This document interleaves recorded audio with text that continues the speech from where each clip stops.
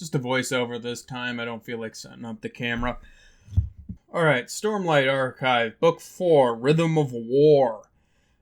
If you want this down in the shortest way possible, it's good, not great. I think it's probably my least favorite Stormlight Archive book, but that doesn't make it bad.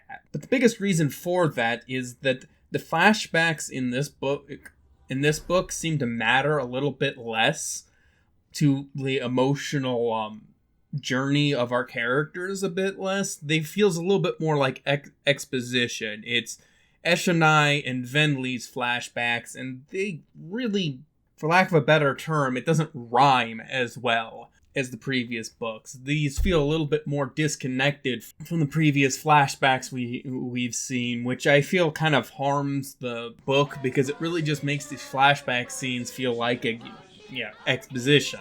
With it being Venli and Eshonai's flashbacks, you'd expect Venli to be the main character in this, the mainish character in this one, but if anything, this is more Navani's book than anything else.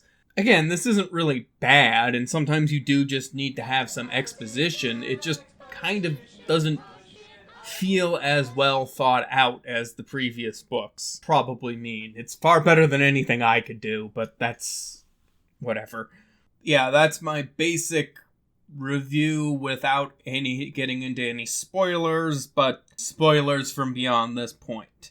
And there's mostly just a few things I felt like talking about in this. Sanderson goes to great efforts to show how they were disabusing mental health, or how they had bad mental health techniques, and Kaladin's more going to a more scientific approach to helping people in that way. And whereas I do think this is commendable, I am by far not an expert in this field, although the more I read about it, the less I'm convinced anyone is. But the way they go about it is, let's get people into a group and they can talk about this stuff. From what I have read, that is actually a very bad idea. The justification for it in this is people are stronger in a group, and that's somewhat true. It kind of depends on the person. For example, I do not do well in groups at all, but maybe some people gain some sort of support from that and that kind of thing. But from what I've seen, actual therapy tends to be a lot more one-on-one, and that if you want to do the best you can do, it's usually something like cognitive behavioral therapy or rational emotive behavioral therapy, or, those are the ones I am familiar with, which I know can help.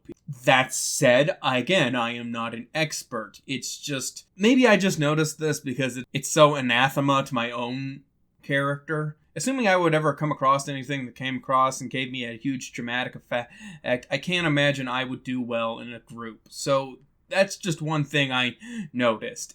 I hope there is some recognition in later books that not everyone is going to do well with the group therapy. I don't know. That's kind of a pointless complaint. Anyone else notice that, the second half of this book is basically just Die Hard? I've got no real other thing to say in that, but Kaladin's left in the Tower of Irithiru on his own, trying to fight against an occupying force. It's Die Hard for some reason. I don't know. That kind of is fun. I don't know, I guess it kind of works. But speaking of the tower, the one thing I did like about this book is that we got to see a lot more of Relaine, the Parshman Bridgeman. I just found his story kind of I found his story engaging, mostly just because I think that defectors are always somewhat engaging in any sort of medium. What makes a person switch sides? I don't know. He and Venli kind of end up having kind of a rapport. It's like, well, we didn't really know each other that well beforehand, but now we're kind of all that's left, so...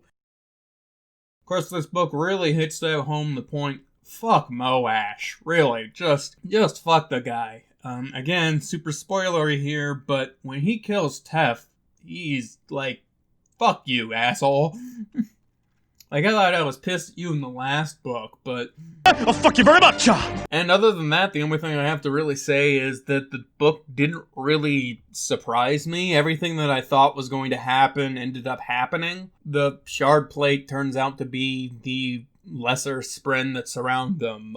Adolin's Spren ends up being, coming back to life somewhat.